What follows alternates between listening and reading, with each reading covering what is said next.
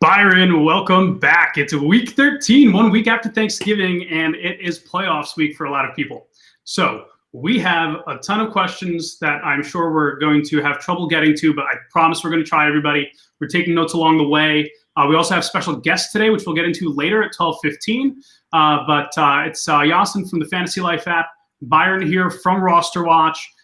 Just to give you a little background on Byron, they actually travel out to the training camps and get a first-eye view of these players. It's why they have a respected brand and are well-known in the industry for giving great analysis because they know the players personally as they go to their training camps. So Byron's going to help us break down a lot of these matchups. We're going to talk wide receivers, running backs. Please ask questions on Facebook or YouTube so that we can pull up your questions and answer them. But why don't we start off? We'll be reacting to news as it comes out as well. But why don't we kick it off right now with one of the matchups from this week. So Byron, Sunday, 1 o'clock Eastern, Atlanta Falcons, New Orleans Saints. Well, good to be back and fired up for a big week 13. I can't believe we've made it to the last week of the regular season here. And if you take a look at this one, there's really only a 45-point expected game total coming off the sports books on this one, Yasin. A little bit of a surprise because we've become so accustomed over the years to an Atlanta Falcons, New Orleans Saints game, really shaping up to be a shootout in one of those two domes. The teams are struggling right now. It's a really tough matchups across the board for the Falcons. That Saints defense has stiffened up quite a bit lately over there. And look, we've got Julio Jones was a DNP yesterday at practice. He's expected to maybe be a slightly limited participant today. We got news that Calvin Ridley all of a sudden has hit the injury report with some type of limited practice, I think ankle related here. And then if you flip it over to the New Orleans side, Yasin, it's actually a great matchup on paper for Taysom Hill. I mean, this has long been a top 3 matchup on the season anytime you get these Falcons. And I think we've seen Taysom doing enough damage on the ground that even though it feels like offensive football is being set back a quarter century in some of these games, I think he's still a very viable option at this point. But, he may be the only really viable option in New Orleans, given kind of the state of that offense. A few weeks ago, we did see him get Michael Thomas involved. But, I don't know how reliable that is. And, we saw the work in the backfield resulted in a big game for Latavius Murray last week. Not exactly what Alvin Kamara owners have been wanting to see here at the most important juncture of the season. Let's talk about that for a minute. Are we expecting that to happen again this week by any chance? Or are you expecting it to be a little more balanced? Are you expecting it to go back the way of Kamara? What should we expect as fantasy managers with Kamara this week against the Falcons? Well, I think you get a more competitive game situation, which lends itself to more Kamara. I mean, last week was kind of I don't want to say obvious, but somewhat predictable spot in that matchup against a severely limited Broncos team that a guy like Latavius could do some damage there. But here's the issue, and I've been saying this for really ever since Taysom Hill was going to take the helm a few weeks ago for Alvin Kamara owners, is that Taysom Hill is going to take away from Alvin Kamara on the ground in terms of some of those red zone touchdowns. Taysom Hill's productivity on the ground, it has a direct effect on Alvin Kamara. So I think that's very real. I think Alvin Kamara's ceiling is always very high, but his projected range of outcomes is a little bit lower right now with Taysom Hill operating the offense. Got it. So we're expecting Kamara's projections to, or his numbers to at least go down a little bit because of Taysom Hill's job at the, behind center there, correct? Exactly. The style that he plays with, it hurts a guy like Kamara a little bit. That said, we are also expecting a bounce back. We'd expect this to be more of an Alvin Kamara game than a Latavius Murray game. Yeah. Okay, cool. So why don't we talk about Deebo Samuel? Let's talk about San Francisco a little bit. They are playing Monday night against the Bills, 8:15 Eastern. Sounds like Deebo is going to play. What do you think of this matchup on Monday night? Yeah, always a little bit worried when you hear Deebo was, limited in practice again this week after kind of such a litany of injuries this season. Obviously you're very, very excited about, the player that you have there. I think no George Kittle is huge for Deebo Samuel. Now, I don't think we should forget that we didn't have any Brandon Ayuk in the recent performance here with Deebo Samuel. And I do think he comes in and cuts in to what Deebo's doing a little bit there. But, we've seen these Bills. They have a talented defense, a pretty talented secondary, but they certainly haven't been, they haven't been impossible to go against. And as you've seen with Deebo, even in the tougher matchups, they manufacture touches for that guy. So I think at this point, you feel pretty good that Deebo Samuel – I own Deebo Samuel. I feel more like he's a great wide receiver 3 moving forward with a lot of upside that I'm ready to put my stamp on him as any kind of rock solid, real big time wide receiver 2 at this moment. But I think you can make the argument he is a wide receiver 2 moving forward here down the stretch. Cool. All right. What do we think about the Buffalo side? Well, we had Josh Allen that's a little bit banged up with the knee, but it sounds like he's participating in practice. I think he's going to be the type of guy that's always going to be a little bit banged up the way that he plays out there. Yasin, this is a 47-point projected game total. Buffalo at San Francisco. The Bills are actually 1-point favorites. I think we've seen with the return of Richard Sherman that San Francisco defense stiffen up a little bit. So it's actually a matchup that worries me a little bit in a sneaky way for Josh Allen, traveling cross country, playing these 49ers in kind of a middling game total projection here. Obviously if you own him, you're going to play him and, he can do damage at any time, but it's the number 22 matchup of the week for fantasy quarterbacks. So, I think my expectations are probably a little bit, not sky high for Josh Allen this week is what I would say at this juncture. And then, I think we saw last week that Gabriel Davis, anytime John Brown is out, can be a really sneaky low-end option for this Bills offense at the receiver position. He just seems to find a way to get in the end zone over there. And, I think we're all a little bit disappointed with Stephon Diggs last week. It's not a great matchup for him. I mentioned the return of Richard Sherman, but obviously if you have Diggs, in week 13, you're rolling him out. I think the interesting thing to continue to watch here in this one, Yasin, is the 49ers backfield, which continues to get more healthy. You and I have talked about it at length. Shanahan has very little history in his family of giving a real endorsement to any singular running back, but it just seems like Raheem Mostert, no matter what, when he's healthy, finds a way to take the lead in this backfield, and Shanahan has really kind of committed to him. So I think he feels like a great play in the number 12 matchup of the week. I think if you've got Mostert, you're feeling pretty strong here down the stretch as this 49ers team is kind of getting a little bit healthier. To me, it's going to be interesting to watch what happens with the Tevin Colemans of the world, the Jeff Wilsons, the McKinnons, all those guys behind him now that it sounds like just about all of them are going to be healthy this week. So naturally we're fading some people. Who's getting faded in this backfield then? Who should we lower our expectations from?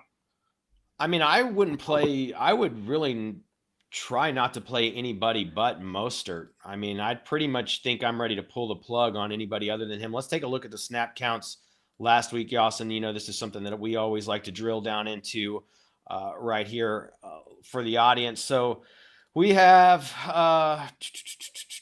let's see here. We have San Francisco, week 12. Raheem Mostert was a 40% snap participant, so a number much lower than we like to see, but he sure did get the 18 touches.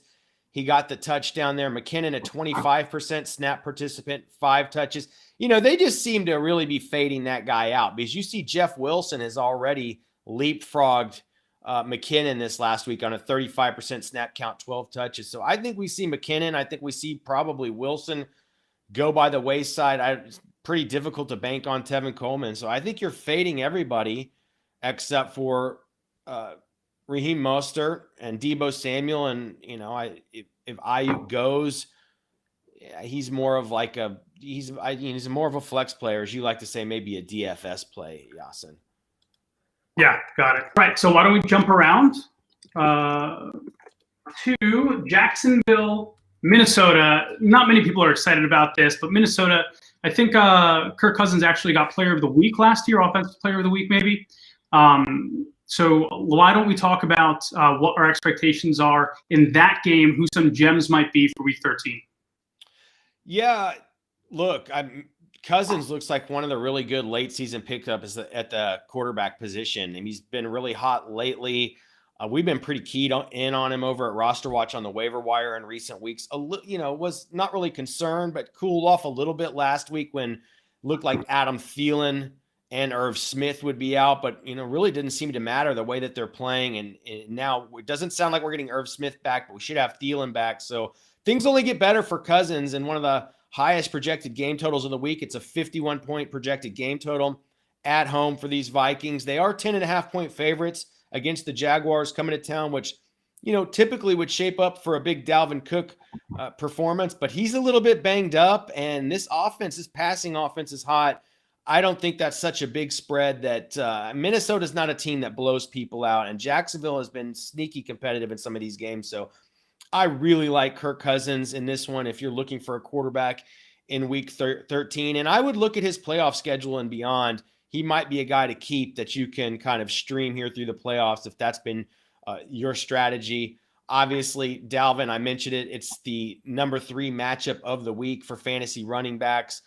Sounds like he's going to be fine to go, but they're saying he's got a little bit of a tired body after taking a beating on massive volume. It's really not great for fantasy to have so many of these star running backs being pushed every single week. I mean, that's a position that, in the NFL, you don't have Adrian Peterson type endurance to be able to last for so many seasons. So sometimes I feel bad for these guys. It's great for fantasy, but running back is one of those positions that the endurance level is not that high because they take such a beating. For fantasy purposes, Minnesota loves to give the rock to Dalvin, so he's always been fantastic in that sense. But for his health, how long can he sustain being an RB1 for so long? Adrian Peterson, again, that doesn't happen every day. Well, I mean, Emmitt Smith would be rolling over in his grave. You know what I mean? It's like, those guys, but you realize that those guys were the true freaks of nature. Not many guys are cut out. Even the guys who are elite skill-wise, from a physicality and just longevity perspective, you have to be a freak of nature to be able to play that kind of volume for even a decade. But especially these guys that go on 15 years with massive volume, it's a rare breed. I think we see it time and time again. I mean, even you see the Todd Gurley's of the world. His career is going to be, kind of short-lived. A lot of these guys, Stoney Michel. I mean, the list goes on. Mama, don't let your kids to grow up to be running backs. It's just it's a pure beating, and those guys don't even make they don't make the kind of money that some of the other positions do. So I think you raise a good point. Obviously, Dalvin, a league winner really this year. I mean, him and Derrick Henry, just two absolute monsters. So you feel good there. But I mean, it's a sea of blue for everybody on the Minnesota side. It's the number 1 matchup of the week for Kirk Cousins. It's the number 3 matchup of the week for Dalvin Cook. It's the number 3 matchup of the week for the Minnesota wide receivers. I'm curious, without Irv Smith last week, let's see if Kyle Rudolph, I'm curious what he was able to. 8 targets, 78% snap count for Kyle Rudolph last week. That's really, really sneaky. This is a top 5 matchup for fantasy tight ends. If there's no Irv Smith, I think people that are in a competitive situation might want to look to Kyle Rudolph this week. And then, on the other side with Jacksonville, it's not, the matchups aren't really that formidable. It's a decent spot fantasy-wise, and I think we've seen James Robinson can still obviously be a very, very reliable player. You can look at the Jaguars receivers. It sounds like DJ Chark with the rib, limited in practice, should be good to go this week. Obviously, if you own him, there's a pretty good chance it's a top 10 matchup where they're big underdogs on the road in a dome. I think you can look at definitely, playing Chark if you need to. But you ask for sneaky options here. I mean, it could be that the Vikings defense at home is huge, 10.5-point favorites against kind of a lowly Jaguars team. Might actually be a sneaky streaming waiver wire defense play here. Cool. Look, I want to jump over to Detroit. DeAndre Swift, still out of Lions practice today because of a non-COVID illness, has barely practiced the last few weeks. I'm having a tough time seeing him have much of a role, even if he is okay. Let's talk about Detroit. They are playing against the Chicago Bears. Talk to me. What do you think about the Detroit side of this matchup? Yeah, I mean, actually a little bit concerned about DeAndre Swift. We have Adrian Peterson that came out here in the last 24 hours and says it's been really difficult to watch Swift in this post-concussion recovery. He hasn't been himself. He's been very fatigued. That's scary to hear, neurological trauma that causes those kinds of side effects. Now, they're saying he's got a chance to play this week. Hopefully they're going to take it slow with him. He's clearly a very explosive player that's a big part of the future of that team that you'd like to see them take care of. I mean, that team is bad. They don't have anything to play for anyways. And, why not just run the hell out of Adrian Peterson and Kerryon Johnson is kind of the way I see it. So I'd be very concerned, if I was a Swift owner this week, I wouldn't be planning on playing him this week. And I wouldn't be surprised if they maybe take it slow with him here for the next couple of weeks. It's one of the lowly games on the slate, Detroit at Chicago, a 44.5-point game total. These are two bad teams, Yasin. Yeah. The only good matchups in this one, let's see, TJ Hawkinson has a top 10 matchup at the tight end position. So if you own TJ Hawkinson, think you're still feeling pretty good there. Obviously, he's just a dude that you keep plugging along with all season and has turned out to be, plenty productive and really is probably rostered by quite a few of the winning teams out there that are in the playoff mix. And then on the Bears side of the ball, these are actually really good matchups. It's a top 10 matchup for Trubisky. It's the number one matchup of the week for David Montgomery, who really came to life last week. The Bears are 3-point favorites at home. So I think you can look at Montgomery. I think you can look at playing the Bears defense in this one. Obviously, if you got Allen Robinson, you're playing him in a top 10 matchup here. So I think the principles on the Bears, side from the fantasy perspective, which are basically Montgomery, Robinson, and their defense, those are the most highly rostered players. I'd say you can roll all three of them out this week and feel pretty good about it. But it's Cool. This could be kind of a lowly game in Chicago. These are two bad teams, man. They are two bad teams. Let's move over to two other teams, which might be middle of the pack / bad teams, especially with recent news around Will Fuller. But I want to talk Houston and Indianapolis Colts. And then we're going to get to questions from the audience. We have some catching up to do there. But let's talk. Talk to me about the Houston Texans and the Indianapolis Colts. Some news, by the way, out of Houston. David Johnson might be able to clear concussion protocol. Sounds like coach is looking forward to having him on the field on Sunday. Talk to me. Yeah, that's a big one. I mean, that's a big one because Duke Johnson's been pretty ineffective there. And I think this totally opens things up for anybody who's owned David Johnson. And look, he was less than spectacular all year, but he was really quite consistent and fairly productive, like nice RB2 when you looked at the bottom line for fantasy. So it's been, a hole in those folks' rosters to have him on the sideline for the last 3 weeks. And I actually think, no Will Fuller. Clearly, Duke Johnson is not somebody who can carry the water at the running back position. I really like a rested David Johnson returning. It's not a great matchup. I mean, it is against Indianapolis. We show a middling matchup here on the matchup tool at rosterwatch.com. But we know, granted, we saw a bad performance from this Colts defense last week, Yasin. We know this has been one of the formidable defenses in the league. They are getting Calais Campbell back this week. That's pretty tough for fantasy running backs. So it's not the greatest matchup, personnel-wise. But I think, if you got David Johnson, you're going to be looking to get him in your flex this week.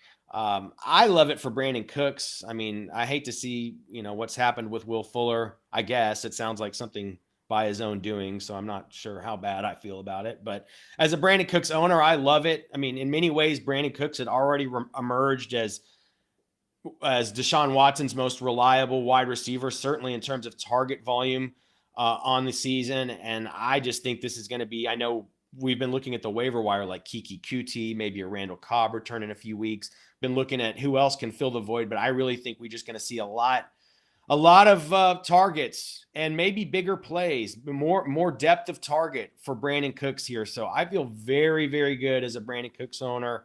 This is a 50.5 point game total. We can see Cooks really do damage, I think, against this zone shell that Indianapolis likes to play in this one. And then if you look over on the Colts side of the ball, I mean, it's top 10 matchups across the board. Phillip Rivers, number 6 matchup of the week. Sounds like we got Jonathan Taylor returning from the COVID list. Obviously, Nyheim Hines still factor in. It's a number 2 matchup of the week there. And then I don't think I can trust what I saw out of T.Y. Hilton last week, but I still do trust Michael Pittman. If I need to go there, it's the number 6 matchup of the week for him as well. And then Trey Burton, probably the most reliable Colts tight end at this point, a top 10 guy. So actually quite a few plays here in this matchup. 50.5-point game total, one of the highest of the week, Yasin. Great.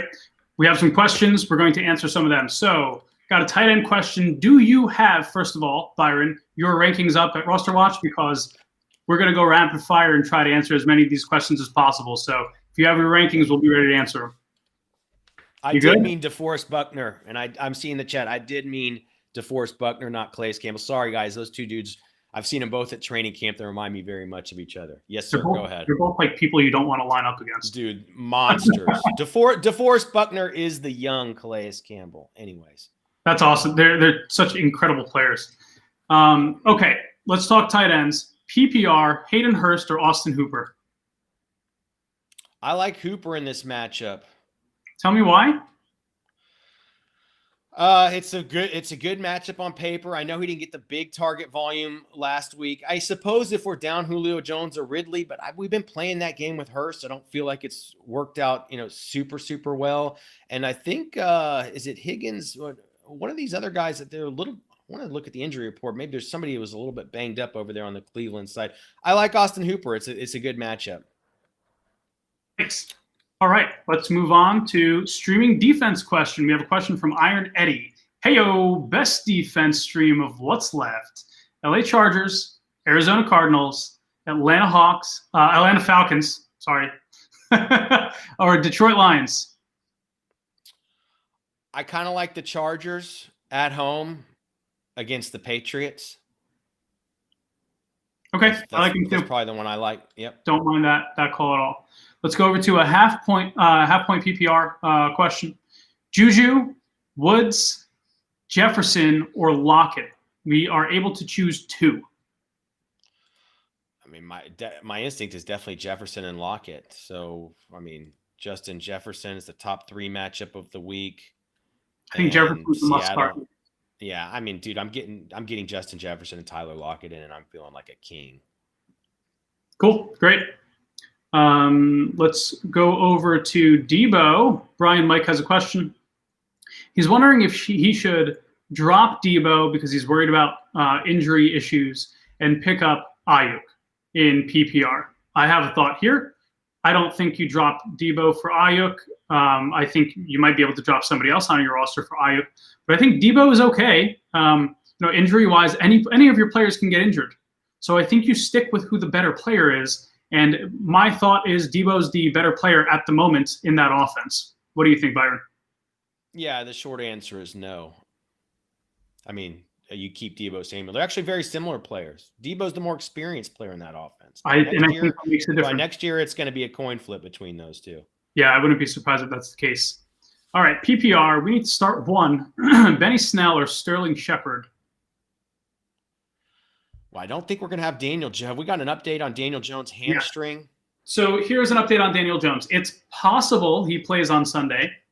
He hasn't been ruled out to play on Sunday. That said, it looks like they're still bringing in Alex Tanney, and he's expected to sign with the team. Unsure if that will certainly be on the practice squad or a definite call up to the active roster.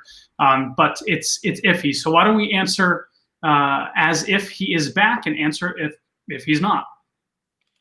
Well, and then we've got James Conner, who was on the COVID list. I'm trying to see here. Are we thinking we're going to get him back for this? Because this game's not going to be until next week. It's going to be a little bit later in the week, right? So some of these games got pushed back here. So we're looking at Tuesday. You have the Dallas Cowboys and the Baltimore Ravens.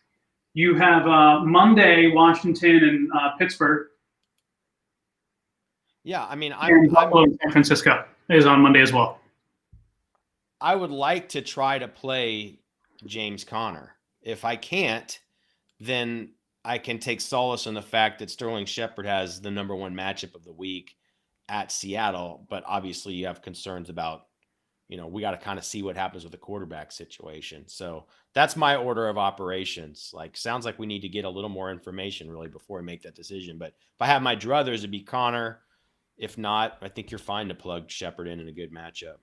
Yeah, so we don't really have too much clarity on Connor, by the way. It's not certain that he will be back. So, he's still recovering from COVID. I think it depends on if Connor is out, then I think you go Snell, my opinion. Let's talk. Micah Wad has a question about Giovanni Bernard, Harris, or Snell. Let's assume half PPR. Giovanni Bernard, Damian Harris. Is that who they're asking about? Yes. Well, I'm not going to play Giovanni Bernard. And it's. Are we jumping off that train finally? I think we rode it for all the 6 points a week that we could, Yasin. I can't blame us for trying to ride it, or if anybody jumped on the Geo train. Look, the matchups made a lot of sense. It was the logical decision to make in a lot of scenarios. He turned it into 6 points. It happened. I mean, it worked for a couple of weeks, right? And then it evaporated, and you see things for what they are, and you move on. He's a waiver wire guy. I mean, that's how we do it. You recycle in your roster. And so Giovanni Bernard was out of the question. And then what were my two other options there? Let's see. Harris and Snell. I mean, dude, I'm playing Damian Harris right now. Yeah. Damian Harris he looks all that line that run game looks great with him in there. Great. Let's move on to NFL is War Football League has a question. Shepard or Mike Williams in PPR? I'm going to go with Mike Williams. Okay. Let's go. Ryan, who is thanking us for what we do. You're welcome. We need to pick 3 full PPR: Michael Thomas, Keenan Allen, Deontay Johnson, Cooper Kupp, or Brandon Cooks. Did you strike a deal with the devil? How do you have all these wide receivers? I mean, sounds like it's Keenan, Deontay, and Cooks, and you feel amazing about that. That's tremendous. Go kick some ass this week, dude. Yeah, this seems like a person prepping for a bye week. Some ass kicking, yeah. All right. Andrew was able to trade into a stacked roster. Who do we flex? Are we flexing Kamara, Cooper Kupp, or Michael Thomas? I mean, I'm flexing Alvin Kamara. Yeah, I'm flexing Kamara as well. Kyler Murray, Kirk Cousins, or Fitz if Tua is out. Who are we starting at quarterback? Well, I mean, we're never gonna have Kyler Murray's always going to be ranked over all those guys. If you wanted to try to if you're not risk averse and you want to try to get, a little bit maniacal with your plays, then I could look at going to Kirk Cousins. But I don't think it's really, you try not to make these decisions that then you'll feel really bad about. I think the right decision to make, the logical decision to make is Kyler Murray. And if you end up going, if he ends up underperforming compared to the other two, you still should feel comfort that you made the logical decision. That's what I mentioned. If you're a gambler, like it depends. That I agree with you, and I agree 1,000% on that philosophy. But there's just some people that aren't that sensitive to feeling bad if things go awry. So if you're a gambler, I don't hate Cousins there. But yeah, Murray is going to be ranked over Cousins. So yeah. All right, we need to sit 2. Who are we starting out of these options? And I think the real question here, again from Ironetti, is do we bench Zeke? I think it's crazy that in 2020 we're asking that question. But the options are Zeke, Akers, Gore, Booker if Jacobs is out, James White, Marquise Brown. We need to sit 2 of them. I know which 2 I'm benching. And it's not. Yeah. Well, Marquise Brown, I don't care what he did in this last game. I mean, look, honestly, they're getting a pretty good schedule here. I wouldn't be surprised if Marquise Brown does a little sneaky damage here down after he's been dropped in a bunch of leagues here down the stretch. But you can't start him in good confidence. So I'm benching Marquise Brown. And then I'm probably benching Akers because I'm not playing a guy in a 3-headed monster. That's just not what I'm doing. That's a terrible running back situation to try to pinpoint on a weekly basis. Cool. I'm in agreement with you, at least in terms of not benching Zeke. I think with those other options, there's better people to bench. All right. So Grupinder says, morning, gents. Good morning. Need 2.5-point PPR to win and get into the playoffs. Moss, Hilton, Harriman, Rager, and Ruggs. Which two are we playing? I can see why this is a person fighting to get into the playoffs here. They're not the best options. Yeah, so I think I'm going to eliminate Moss because the upside hasn't been there, and that's just a cannibalistic situation that's tough to predict. Does this mean I eliminate the next one? Yeah, you go ahead. Eliminate the next one. I'm eliminating Perriman. Ooh, Perriman been a little sneaky. Remember what Perriman did down the stretch last year, too. Okay, so then we're down to Hilton, Rager, and Ruggs. I mean, my inclination is going to be we want to play Rager, but Philadelphia's been bad, so let's see the matchups. It's a number 4 matchup for Ruggs, a 46.5-point game total. It's a number 22 matchup at Green Bay, 48-point game total for Rager. And then, I mean, Hilton, we can't trust Hilton, can we? I mean, I know we did. Let's see how many. I got to see, man. I know he had kind of a predictable breakout this last week. It was predictable for a while, though. I wouldn't say it was predictable. Yeah, I think it was 5 targets, long awaited. 81 yards, 73% snap count. Let's see. I want to see what that matchup is at top. Ooh, it's pretty good at Houston. It's a 50.5-point. Yeah, I think I'm going to go with, I am going to play Hilton. And then let's see here do we have Nelson Aguilar still out? Is he going to be out this week, Yasin? I think he might be. 67% snap count, 5 targets last week for Ruggs. So they're a West Coast team, so we're probably not going to get their practice report for a little bit for today. He hasn't been practicing because of his ankle. And, it'll be – I can't see him being anything better than questionable after today's practice with the possibility that he is out. So it's possible that Aguilar is out this week. All right, so that's the way we're going to do it. We're going to go with Hilton and Ruggs, and I like that because they're both top 10 matchups, and they both make sense. I don't mind that at all. Francis has a question. Let's help Francis out. Half PPR, Chark or Landry? Ooh, pretty tough not to play Landry after that game last year. I like Landry at Tennessee, man. Any game that Tennessee's involved in, I like the fantasy players in this one. So 53.5-point game total, top 10 matchup. I'm going with Jarvis Landry. Yeah, I'm with you. All right, so we have somebody who is seeing if they can be a little cute, picking up Kiki Cootie or Chark. So who you got? What do your rankings say? Cootie or Chark? There are a lot of shakeups in Houston. Yeah, I get it, but we're going to roll with DJ Chark. I'm with you, and I'm not a Chark lover. Jacksonville offense, I'm just fading them all the way except for James Robinson. But comparing him to a guy that's basically like they sat him the entire year. Yeah, they don't like him. They don't like him. It's a more sensible. Cootie's like a good desperation play, but I mean we're talking about Chark, who's probably like at least a low end wide receiver too. I mean. He's a more known commodity, and I think the upside is every bit as good with Chark. I mean, it's a 51-point game total, top 10 matchup. I think this one's easy. You go with DJ Chark. You talk about being able to live with yourself. I mean, yeah. I guess that's the first thing these people need to do is think about about themselves. What kind of player are you? Are you a gambler? Are you safe? How can you sleep at night? Figure that out first. If you know this about me, I'm all about the mental aspect of playing fantasy, the emotional side of it, and sort of not removing the emotional side of it because you can't, but acknowledging the emotional side of it because you're going to be annoyed at yourself.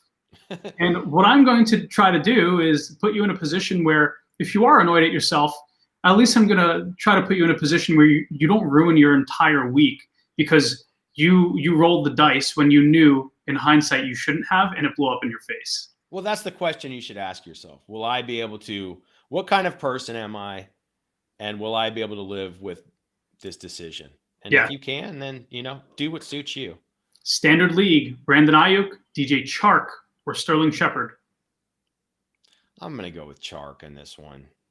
Can't hate that. Are we concerned about DeAndre Hopkins facing Jalen Ramsey? I think they've had matchups before, correct? So we could sort of take a look at their past history. But are we concerned about Hopkins and his production with Jalen Ramsey? No, I don't think they've played him this year, though. Is one thing that correct. I think they get the Cardinals twice here. It's interesting. I mean, I don't know how much you could trust these things over at Pro Football Focus. They're not even really showing Hopkins matched up with Jalen Ramsey, which that's beyond sensibility to me. I would expect that to be. I do. Jalen Ramsey is a tough match. Look. DeAndre Hopkins is a must-start guy. That's elite talent, transcendent talent, but Jalen Ramsey is a bad matchup for somebody like Hopkins. And look, Hopkins is not DK Metcalf that is just going to out-beast you with speed and size. Hopkins is a sneakier player than that. So I actually think this is a tough matchup for Hopkins. Are you asking if you're going to sit him? Probably not. You're not sitting him. You don't sit him. You definitely downgrade your expectations. But yeah, he's a lockdown corner. The guy's fantastic. He's one of the best in the league, if not the best. Yeah. Yep. So I'm a little bit concerned. And look, we've seen this season that there's been games where, Hopkins, he's had some games that aren't so big. I mean, there's been inconsistent at times, and I wouldn't be surprised if this is a little bit of a tough week for him. But like, as we've seen, dude, all it takes is he gets in the end zone, gets a touchdown or something, and you feel like you made the right decision. And it's always a good chance with DeAndre Hopkins. Yeah, you're not benching him this week, but yes, your expectations might be affected. All right, let's move right along. We have a tight end question. So if Ertz plays, are we starting Fant or Goddard in half PPR? This is a good question. Boy, Fant has really not panned out the way we'd hoped here down the stretch. Are you kidding? He had 100% of the receiving yards last week. No, I'd have to. That one's even hard for me to do. Let's. I got to take a look at that. Let's just take a look here. So if anybody doesn't know the joke I'm making, obviously Kendall Hinton started at quarterback for the Denver Broncos, the practice squad wide receiver. Best storyline of the week, in my opinion. I was rooting for him so hard. He's also from Durham, North Carolina. I just moved to Raleigh from New York, so nice local guy for me. He made one pass that got caught. It was a 12-yard screen to Noah Fant. So, this should be back to normal for that entire team this week. That's funny. And KJ Hamler with -8 yards. He was not. Okay, so let's see. Well, my inclination is Fant if his matchup is halfway decent. Yeah, it's a number 13 matchup of the week. Oh, at Kansas City, 50.5 points. Yeah, I want Noah Fant in this one. I don't want to get into this shell game with the tight ends in Philadelphia. Great. So, Byron, I'm going to take a 2-second break until we get to more questions here. I put the wrong description up on YouTube. I apparently said it's week 11. Shame on me. Mine long, strange season, Yasin. This is like 2020, just 2020 coming to a head. I'm trying to make 2020 last another 2 weeks. No, thank you. Week 13. Dude. This is it. This is the event horizon, dude. That's right. We're about to get sucked into the black hole of the fantasy playoffs, man. There's only going to be one that arises victorious, man. That's right.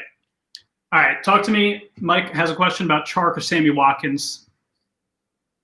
I can't believe how I'm going to answer this. I'm going Chark. There you go. Yeah, I'm going Chark.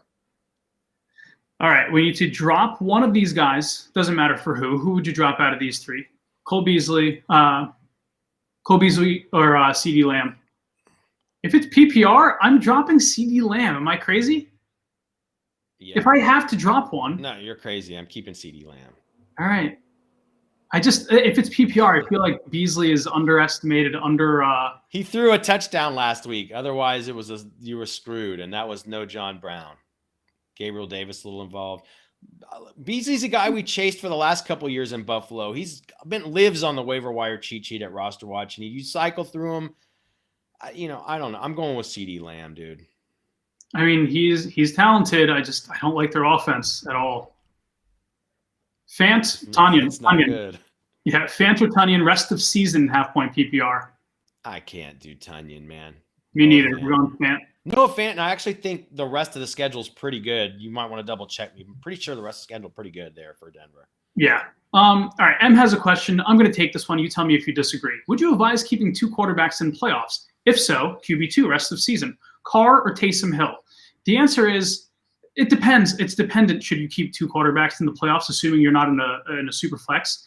You don't have to. And the other thing is some people drop off and get lazy, so you might actually get some gems, quarterback gems down the line. It's not if you're in a 12-person league, you can still get a workable option. And the reality is Taysom Hill and Carr might actually still be there on waivers, and they're not so much better than the other options you might get in week 14 or week 15, where you need to keep them on your roster. If you need depth elsewhere, I'm happy with you holding on to just 1 quarterback for the rest of the season, and then make a waiver wire adjustment if needed. What do you think? Yeah, I think it's solid. You have to know your league. I mean, to your point, people become less active on the waiver wire once all these teams are out of it, and so it's easier to get guys. You have to know you have to determine how thin your quarterback waiver wire is going to be during the playoffs. You don't want to get caught with your pants down. You get a quarterback injury to some one good quarterback you roster, and then all of a sudden you're dealing with trash. I mean, I think you should have some insurance where you can heading into the playoffs here. Are Carr and Taysom Hill really worth the roster spot as insurance? Maybe Carr. Maybe. I'd say I think Taysom should probably be owned right now. I mean, the other thing is, make sure somebody can't play him against you. It's not a mandate. You don't have to, but if your wire is very thin at quarterback, I think rostering Hill is a reasonable idea. Yeah. By the way, for what it's worth, my personal opinion is that Drew Brees isn't coming back until postseason if he comes back. I just think I think they're testing Taysom Hill. 2, I think they really want to rest up Drew Brees.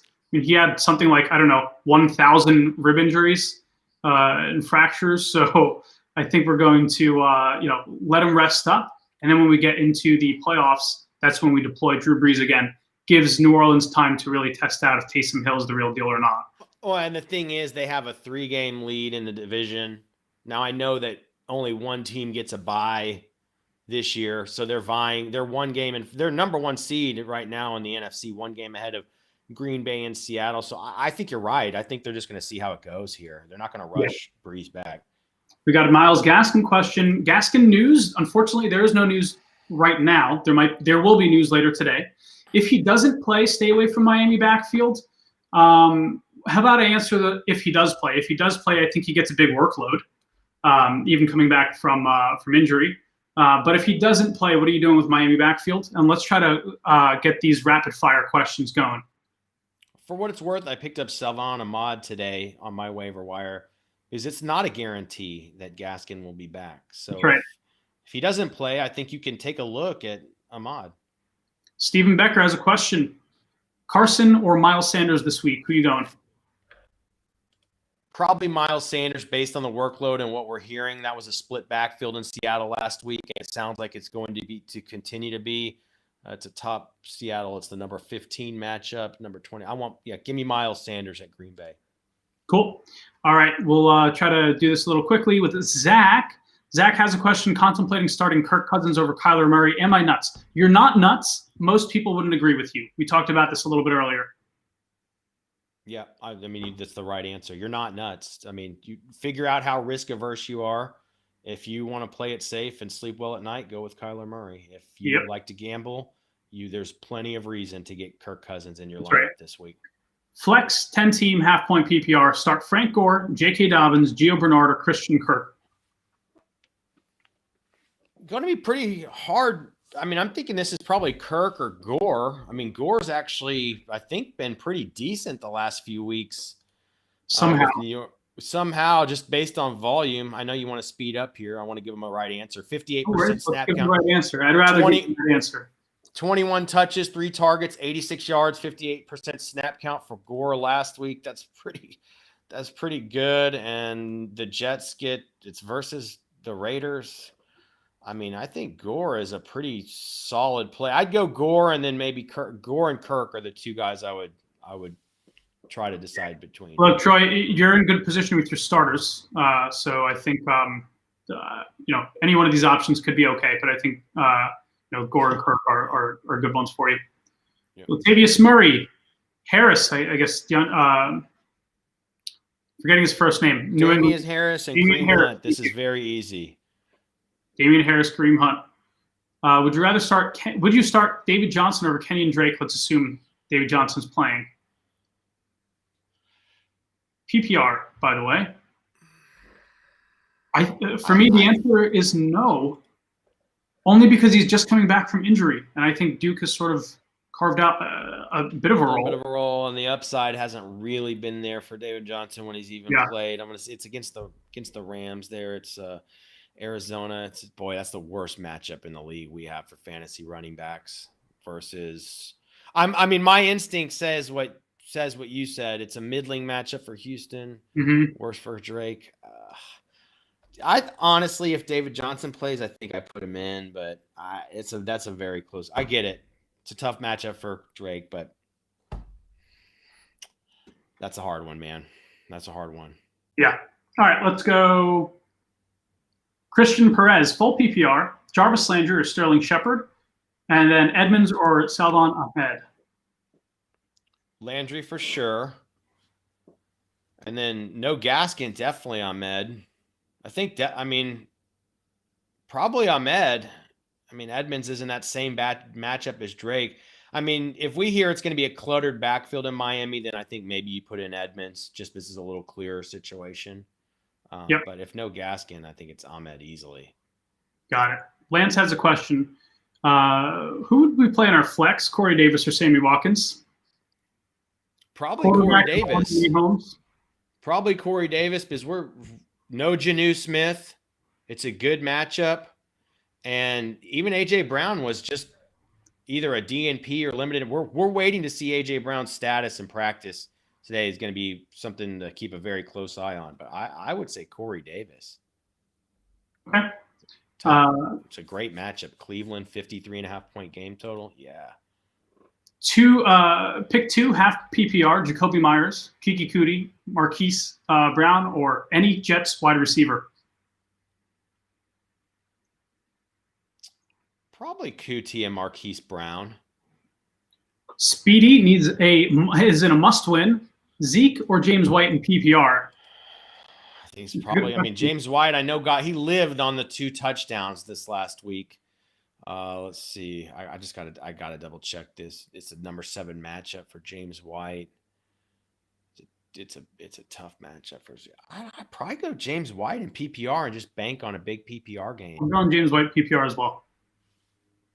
Dalton Schultz or Zach Ertz? Dalton Schultz or Zach Ertz? Oh man. Probably Ertz. Ertz if he plays. Okay, let's take a look at Colts defense versus Texans or Raiders defense versus Jets.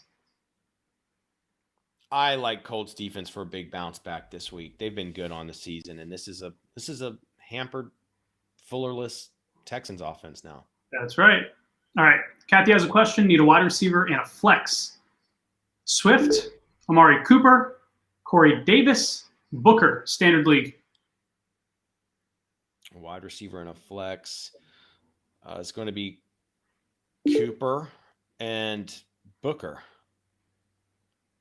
Okay, let's go for Sonny, needing to pick up a flex player for the rest of the season on waivers. Full PPR, Gore, Kuti, or Cam Akers. I'm assuming Cam Akers. It's a little misspelling there. I think the safe one is Gore, and I think if you're speculating, Kuti is an interesting one in PPR. So if you need a guy you're going to play, probably Gore. But if you want to take a chance, I think Kuti is a sneaky one there. Well, let's talk about Houston wide receivers a little bit. We need a replacement for Will Fuller. Are we going Judy, Jacoby Myers, Kiki Kuti, Gabriel Davis, Ruggs, or Marquise Brown? I'm assuming this is rest of season. Well, I'm gonna look at the schedules. Likely between it's probably going to be Jerry Jeudy. If he has a reasonable schedule, it's going to be Jerry Jeudy. Okay. What about another replacement for Fuller question? Should I get Denzel Mims, who I personally like quite a bit? I think he has a great future in the league.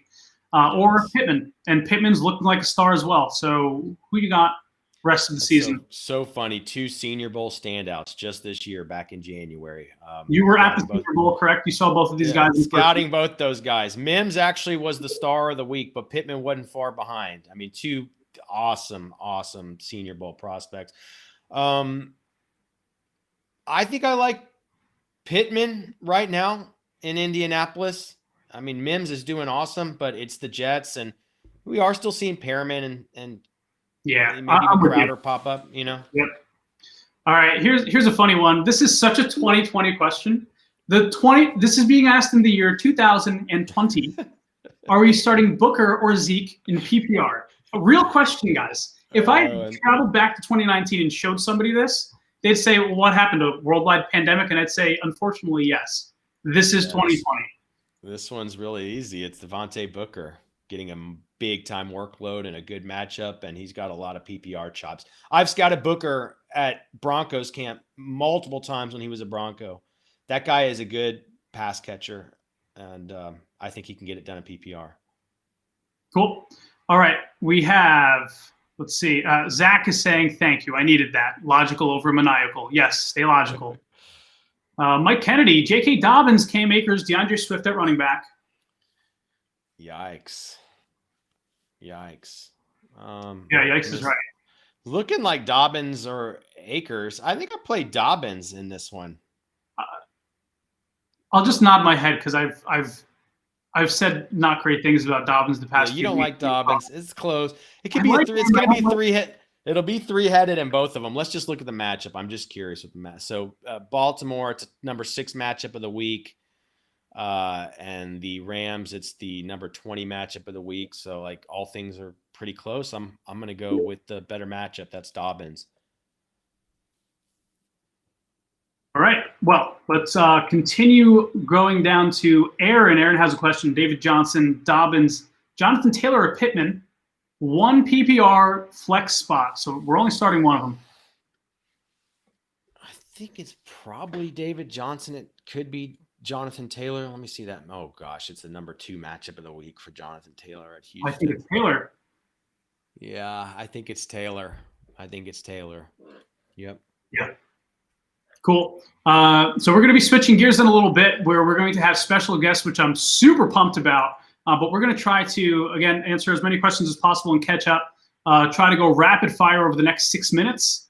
Let's answer this quarterback question. Big Ben, Matt Ryan, Taysom Hill, or Kirk Cousins? Who you got this week? Kirk Cousins. All right. Any word on Dobbins? Any Dobbins news? I mean, I think the question is he coming off of COVID list? And I think wait and see. Yeah, I think those guys are going to come off. Yeah, I think 7.5 point favorites at home against Dallas. I mean, that's a pretty interesting spot for Dobbins to get the ball. Yeah. All right. Sartak has a question. Would you start Damian Harris, Dobbins, or Frank Gore? And I think this is a typo. Let's assume it's half-point PPR. Well, it's going to be either Harris or Gore. And, I mean, I'm going with Damian Harris, man. I'm sorry. This is for all the marbles. We're really going to put Frank Gore in. The safe one is Gore. If you want a little more upside, a little more aggressive, Damian Harris is a fine play. All right. So let's take a look at McLaurin or Devontae Parker rest of season. Tannehill or Hill? Oh, Taysom Hill. Still not used to Taysom being a quarterback, I guess. So wide receiver, McLaurin or Devontae Parker?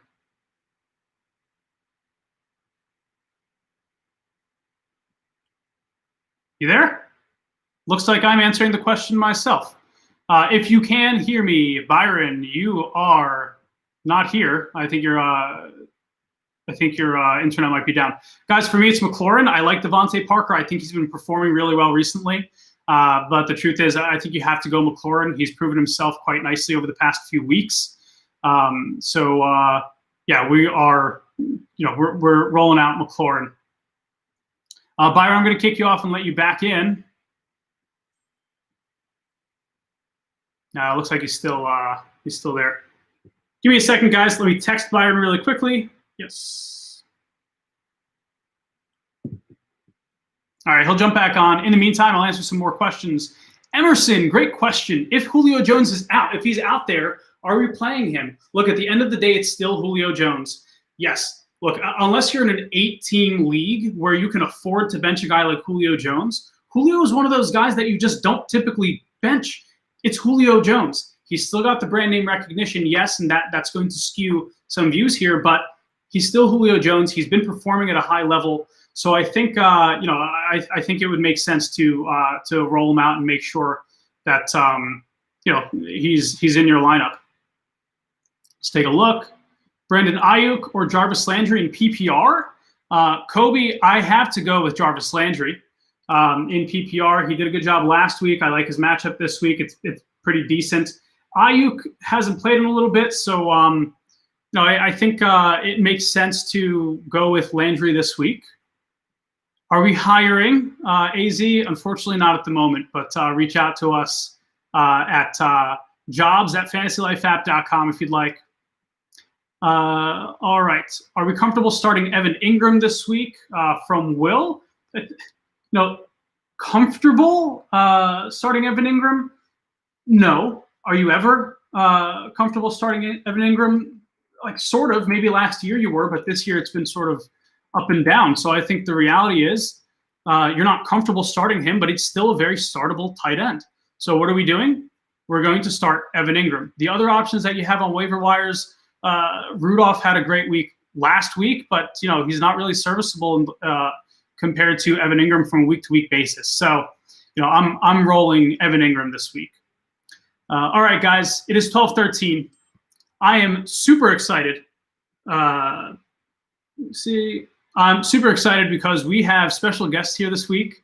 I'm going to do a quick introduction on who they are, but we are very excited to have two special guests. One is Jay Reeves, one is Ray.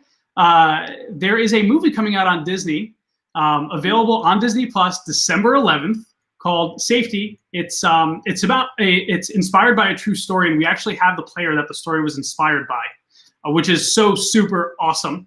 And Jay, the person who actually plays Ray in the film, is here as well from Disney Plus. So I see them backstage right now. Can I get a thumbs up if you guys are ready to go?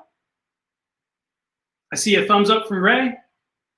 Jay, do we have a thumbs up? Let me see if we can get you guys here. While Jay is getting ready, I'm going to, Ray, I'm going to let you in. Thumbs up if you're cool with that.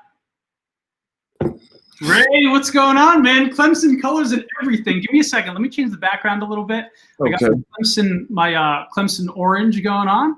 Gotta do that. You gotta do that. Everybody wears orange on Fridays. Everybody wears orange on Fridays. It's just part of the moment. Just part of the moment. Hey, it looks like Jay is having some audio issues. He can't hear. Uh-oh. Go get him on. Yeah. Yeah, he'll have to Control Shift R. All right, cool. So Ray, dude, So this is really cool for me. I'm going to tell you why. I'm going to tell you a little bit about my story, and then hopefully you'll see why I'm so excited to talk to you. And then I'm going to let you be able to tell your own story and what it's like to be, doing what you've been doing, which is you're having a movie made about your experience at Clemson and your story, which is incredible. So I'm the oldest of four boys, son of immigrants. We grew up, I grew up with huge responsibilities for my brothers. When I graduated, hey, Jay, give me a thumbs up if you can hear us. Let's see. Looks like Jay can't hear. Hey, give me a second, guys. I'm going to give my team here. There we go. Jay, I'm going to let you in. Give me a thumbs up. Let's my team can give Jay my cell phone number. We can at least get his audio that way.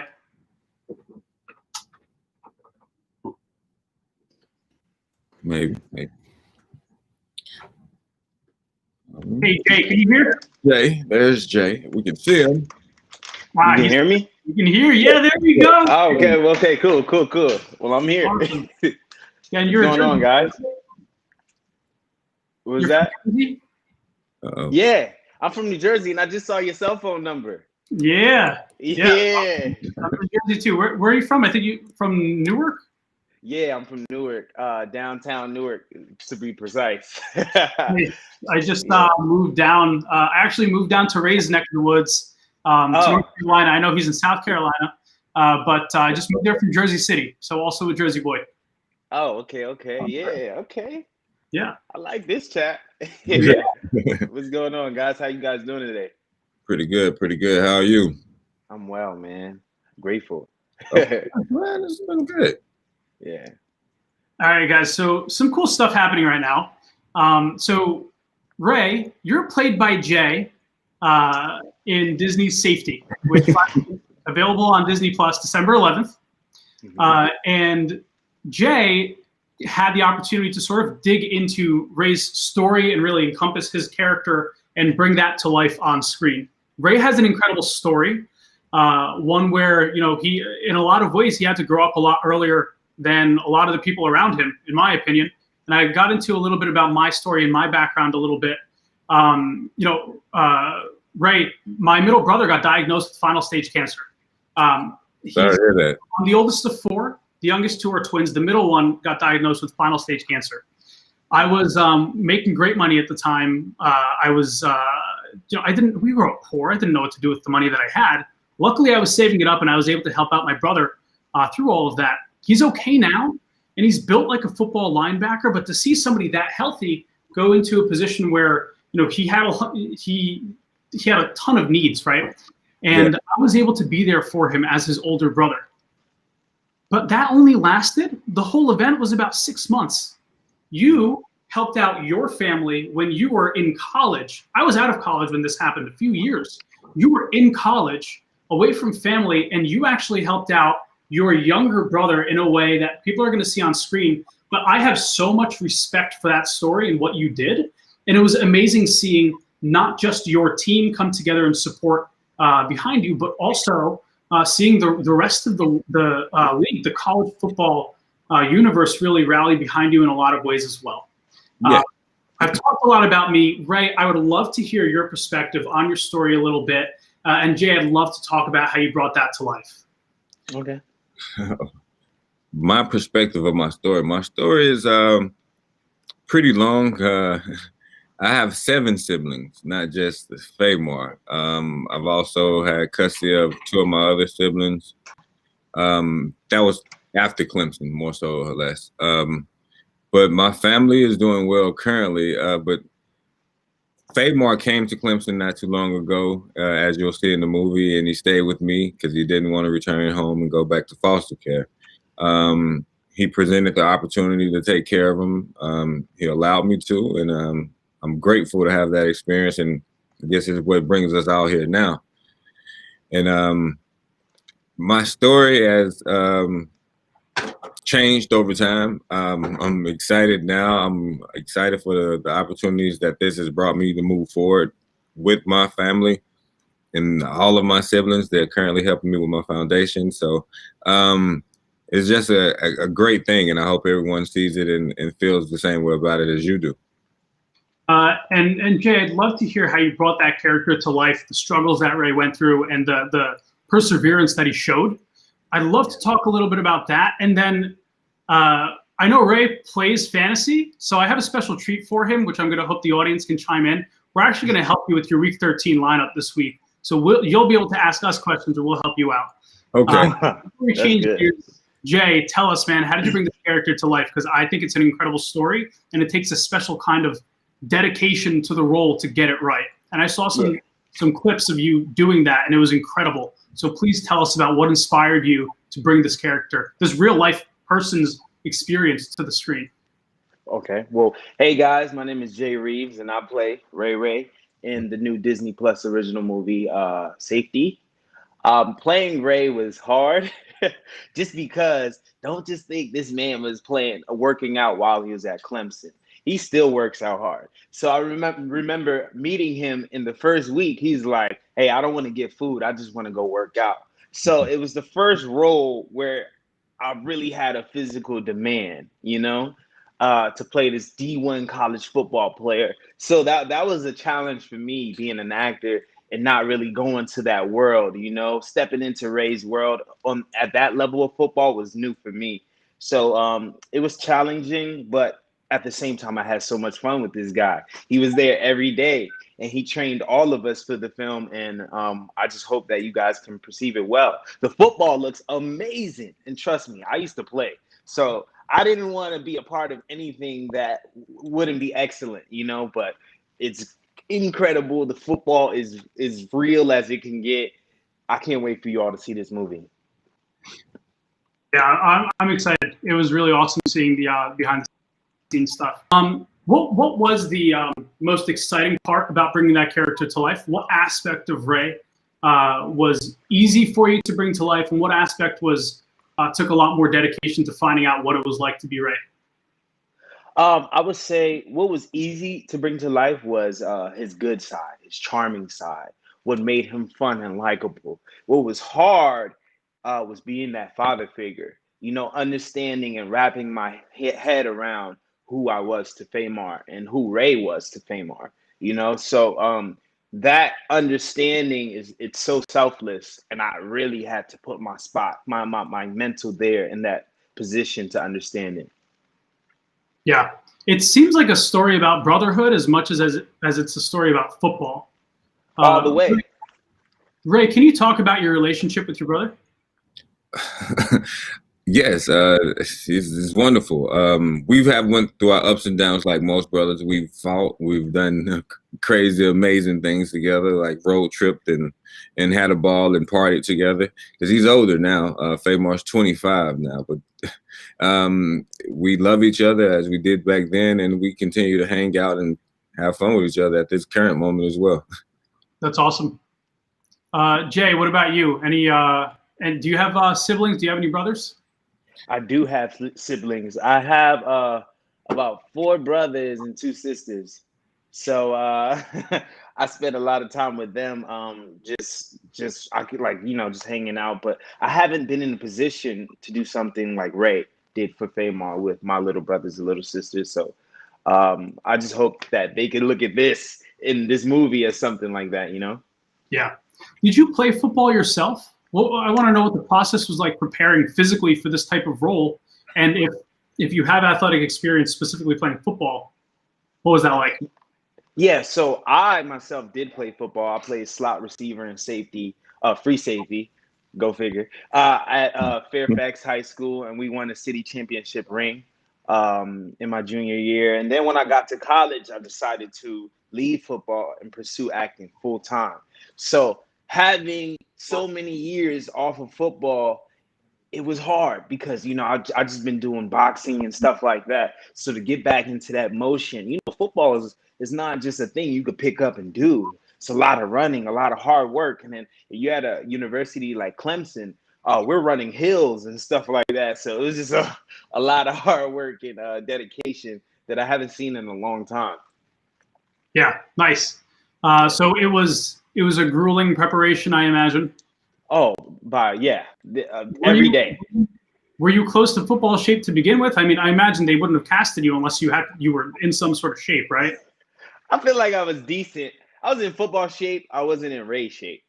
And there's 2 different things, Ray how would you shape. define Ray shape, Ray? Yeah, define that. Okay, my Ray shape is different from typical people. If you're at 10, your best shape of your life is 10, then you're kind of probably, as far as Ray shape is concerned, you're probably at a 5.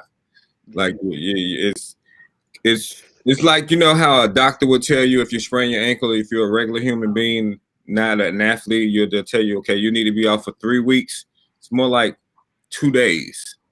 It's just a speedy recovery type thing, or just a little extra than what's typical. Yeah, you go hard. It's just about going hard. Do you think Jay did Ray shape justice? Yes. He had his moments where he was unsure if he wanted to continue, but he did. They all did well. They all did well. 150%. It's a process about it. It's a process. So you got to take the time with it, and you got to move and just keep moving. That's just the only thing I tell people. Just keep going. If you can't breathe, just keep going. It'll come back to you eventually. Yeah, it's a mindset as much as it is just physically preparing, right? It's not just time at the gym. This needs to be all you do. Like it's your mindset. Mm-hmm. Yes. Yes. I tell them, the chances of you dying are slim. So just keep going. That's the kind of stuff he would say to motivate you. Yeah, the chances of you dying are slim. What? You do push-ups to 1,000, you know? So when you got close to death, Jay, how relieved were you when you no longer had to push yourself that much and you can sort of stop filming, or have you kept it up? Yeah, I had to keep it up. You know, what's funny is after I got done filming the project, I had some time. And, I start eating what I wanted to eat again, all the stuff I was missing. And then I look down and I'm like, nah, this is not what I just worked my butt off for. So I definitely got back into it. And I started doing more physical activities to slim down and stay in that shape. But I feel like there's nothing like working with Ray every day. Just that mental and that push that he gives me. I should pay this man for it. Yeah. Appreciate that, Ray. Try my best. So Ray, you're repping Clemson hard today. It's Friday. It's Friday. You always got to wear orange on Friday. Are you at home? Are you repping Clemson from home, or are you at the university today? It looks like. You look like you're in a Clemson office. No, I have an office, but then I'm not at home. But so I have an office, and I kind of rep Clemson everywhere. So it's almost like it's a lifestyle more so than a daily thing. Makes sense, man. All right, so Friday is Clemson Day. Rep Clemson. Yeah. Cool. Jay, were you a Clemson fan before this? No, see, I wasn't really a college football fan at all. I stopped following college football when they got rid of the game. So I was like, well, man, when they took NCAA away, I was like, I used to love the mascot game and all that. So when they took it away, I was just focusing on the NFL. But then as I got introduced into this Clemson, like, I guess you would say lifestyle, I have to be a Clemson fan for the rest of my life. There's no other way. And they just happen to be the best team. So it just works out. Let's talk about that. So Ray, you might have a strong opinion here. What do you think about your quarterback situation at Clemson this year? We don't have a situation? What? No. I mean it positively. What do you think about the quarterbacks on your team right now? Any high expectations by any chance? National championship. But that's his mode. And then DJ, it'll be his mode soon. That whole thing with Notre Dame, that was a fluke. That was yesterday, and we're not gonna remember such things. We're gonna move past that. And if the playoffs so eloquently put us where we need to be, we'll take the championship. That's the plan. So the guys, Trevor, DJ, wonderful guys. I couldn't pick two better guys to lead teams, and I'm excited about it. Any predictions for #1 pick in the draft next year? I think there's a correct answer here. Travis? Of course. I gotta go with Travis. I gotta go with Travis. I think Lawrence is going maybe to the Jets. I don't know. I'm a New Yorker at heart. So hey, that's my team. I'm a Jets fan. I'll take Trevor. Come on. I want to wish that on Trevor. No. Yeah. You know what? All right. I get it. I understand why you would say that. And I'm a Bears guy. He's our answer. We need him. He's our answer. I don't know. Okay, if that's what I wouldn't wish that on Trevor, but if he so happens to make it to the Jets, he can go Jets, man. I'll support him wherever he's at because he's a Tiger. Very cool. Do you guys have any picks for who might win the Super Bowl this year? That's hard. I can tell you who I'd love to see. As a fan? As a fan, not as an analyst or anything, who would you love to see? I mean, it sounds like, Jay, you would love to see the Jets, but I don't think that's in the cards. I would love to see them, but I know if I say it, everybody gonna beat me up right here. So I love the Bears, but I mean, do I see the Bears winning the Super Bowl this year? No. It's not your year, man. It's not. No, not this one. But Kansas City, and then you can't really go against the Steelers right now because I mean it's not like they losing a lot. So, yeah. But they have a team. They have a defense that's phenomenal. And so long as depending on who stays healthy coming down the road, I think I pick the Steelers. I like the Steelers over the Chiefs just because the story. Yeah. But Mike Tomlin, I can't go against it for now. I think my favorite part of the season was when Pittsburgh coach was asked, do they care about having their bye week in week 3 or whenever it was and playing 13 games straight, and just looks at the reporter and says, we do not care. They don't need a break. They are, and then they get challenged. I think they're going to have something like 3 games in a span of 12 days, which is unheard of. That's crazy. Whoa, yeah, that's a lot of football. That's dangerous, but okay. That's like, and how do you stay in race shape throughout 12 days playing 3 games? I think it's like close to impossible. Oh, you don't. Not playing football. Not because you need recovery days after getting hit in the league. It's just different. And then you're older, so your body doesn't heal just the same when you get hit in pro football. That's a little bit different. College football, you're young, you're vibrant. Yeah, when you're J age, you bounce right back. You out. That's why. So Jay, tell me, man. So you played football on the screen. Did you take any hits, or were they really safe around you? Did they put you in like a bubble encasement to make sure you were okay? A bubble. Imagine being in a bubble. No, see, I wanted to have all the fun I could, but they wouldn't allow me to take an actual hit. But being with Ray, actually, I did when I pitched it to you. Yes. Actually, what? I did take a hit. I forgot. Yeah. Yeah, I don't want to spoil it. But watch the movie if you want to see me take a hit. The first actor you probably ever really see take a hit. That's pretty cool, man. So so I have to ask, it sounds like there was no stunt double. Was this impromptu? It just sort of accidentally happened? No, we definitely had some incredible stunt guys. This is just like, hey, I want to do this, and so we just did it. And I think it was just a day where we could have, got away with it. Yeah, I was actually on the field that day, so it was fun. So he pitched me the ball. Yeah, hey, but we're not gonna spoil it. So check it out. Hey, you'll see some cool stuff. Cool. Yeah, nice. So tell me, Ray, tell me about your fantasy football team, if you would not mind. I'm hurting right now. Yeah. Who you got? I got. I had Drew Brees, and he's on IR, so he got demolished. Yeah. But I got Aaron Rodgers as so. That's my guy. So I mean, I can't be too sad. I got Josh Jacobs at running back, but that's not saying much because he's questionable. He's a great player. You love the guy. I actually got to meet him in person last year. You can tell he's a phenomenal player. He just hasn't had the greatest fantasy year this year. No. But I got say again. He's your top running back? No, Adam Jones. Okay, cool. Yeah. Yeah. So I mean, PPR standard.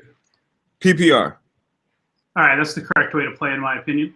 Yes. And then I do also have Taysom Hill, but that's. I mean, you still realize he's a quarterback, so it's hard saying his name. And I'm working with him. Got Amari Cooper, Jarvis Landry. PPR, Jarvis Landry, not a bad dude to have. No, not a bad. No, he's consistent. If nothing else, Cooper, he has his moments. He sure does. He can sometimes disappear on you. Yeah. I mean, that's never really his fault. Those quarterback situation is really unfortunate. Yeah. I mean, but what can you do? I mean, you got to tackle the waiver wire pretty aggressively. But You play with the defense? say again? Do you have a defense on the roster? Yes. I got the Rams defense. Currently, I'm playing this week. I got the Buccaneers defense as well, but they're on the bye.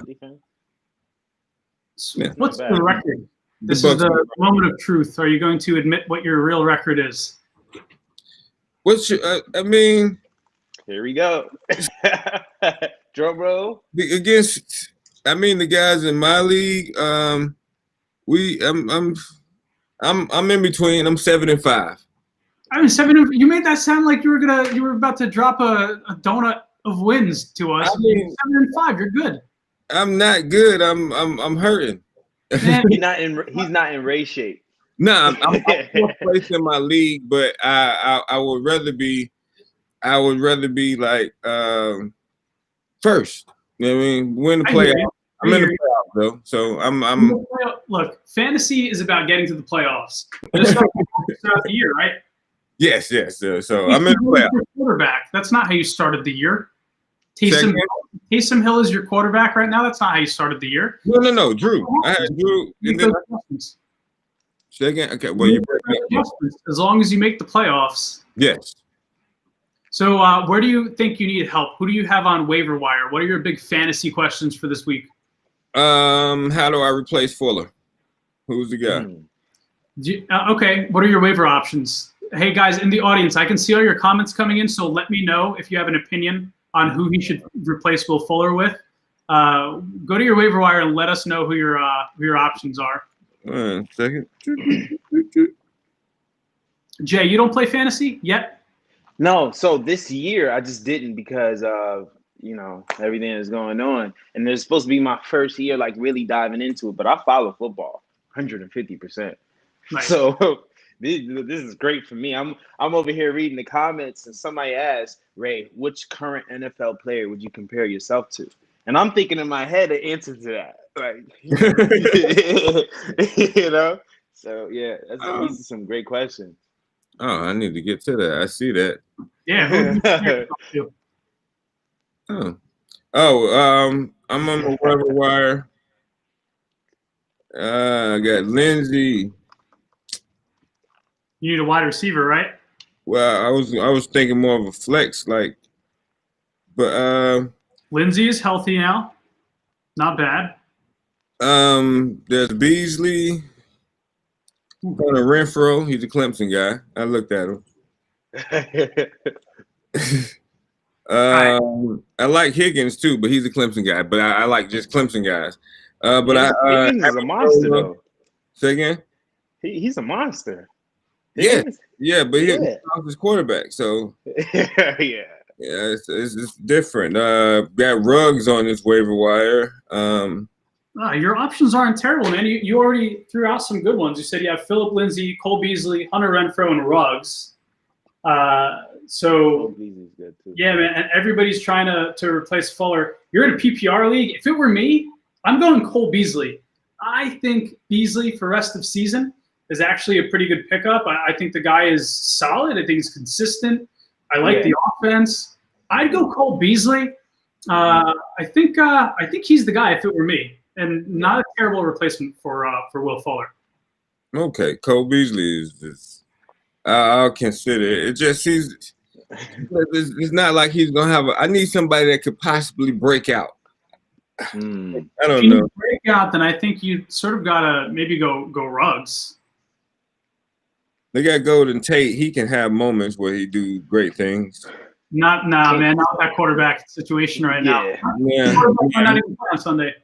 I wouldn't go Golden Tate. No, I just like it because he played with the Lions for a long time, and I was a Lions fan because of Barry Sanders. But we're not going to talk about the Lions either because I don't blame you on that one. Jay, you said you're like a straight up football fan. And you follow 150%. First of all, you mentioned that you're a Jets fan, so my apologies that you follow the Jets 150%. I feel that. I get it. I understand. Ray doesn't even want to talk about the Lions, but the Lions actually have it better than the Jets this year. So maybe it's not that terrible if you put yourself in Jay's shoes instead of the other way around. It's been a while for us too as a Jets fan. Like, it's been a hard couple of years. It's not just this one. But I'm used to it, and I'm just waiting on that 1 year where we get that draft pick that just switches the program around. And I think Trevor would be great for that.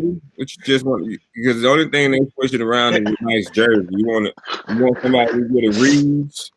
Wait till we get Trevor. Wait till we get Trevor. Maybe. I mean, I've seen miracles happen. We need to get a lot more players than just Trevor. Yeah, I know. Yeah. We need some help right now. So Ray, I do like this question. This is asked by Dylan. Is there a current NFL player that you would compare yourself to? And then after you answer, Jay, if you could answer as well, that would be interesting to see. Yeah, okay. Well, the first person that really popped in my head probably is a Clemson guy. But if we was gonna go, I go a Clemson guy, non-Clemson guy. Clemson guy, probably DeAndre Hopkins. He's more, he's quiet, but he's an assassin, and he don't necessarily talk a whole bunch, but he stays consistent. Yeah, and then he can hoop. And then there's Jalen Ramsey, who I like. I was gonna go with the Rams too. Somebody from there. And then because he also is that very athletic, kind of an all-around guy. Yeah, they're gonna be facing off this week. Well, I hope to see that happen. That should be fun. Yeah, that's gonna be a really good matchup. They're both incredibly talented. We talked earlier about storylines, right? Yes. DeAndre Hopkins has an incredible story as well. So yeah, whoa, definitely. What a story of just his entire family. That's incredible, and he performs at such a high level. You can't do anything but respect the guy. You can hate whatever team he plays on. You cannot disrespect or dislike him as a player and as a person outside of his playing career. Really awesome guy. Right. Very much. Every time he scores, he reminds you. So yeah, he gives the ball to his mother, right? Right. Yeah, he reminds you. I respect that man a lot. Yeah. Yeah. Jay, you said you would tell us who Ray would be in the NFL. Who would that player be? Yeah, I was gonna say somebody electric and consistent, like either like he said Ramsey, or I was gonna say even Robert Woods. Robert Woods is electric. I love watching him. I love watching him since he was at SC. So I was just gonna give him somebody like that. Very cool. Well, look, guys, it's 12:44 Eastern. We got a jet in a minute. I got to let you guys get back to your lives, get back to what you do for the movie. But SafetyMovie is available on Disney Plus December 11th. Jay, Ray, is there anything you guys want to share with the audience to let them know about the movie and why they should go and watch it? Go for it, Jay. I get a lot. Yes. So if you love football, which I know you do because you're here, check out Safety. I promise you, it is the best football you will ever see on screen. Streaming December 11th on Disney Plus. Be there. Peace. Nice. Hey guys, thank you so much for taking time today. Ray, incredibly inspired by your story. I'm glad that it's being brought to life on screen. Jay, I'm sure you're going to do incredible justice to Ray and bring that character to life and bring that story to life. I think it's a very worthwhile story to tell. So thank you for taking time out today to tell us and spend time with us. And good luck with the rest of your fantasy season, Ray. Thank you. And thank you guys all for being here. Peace. Thank you.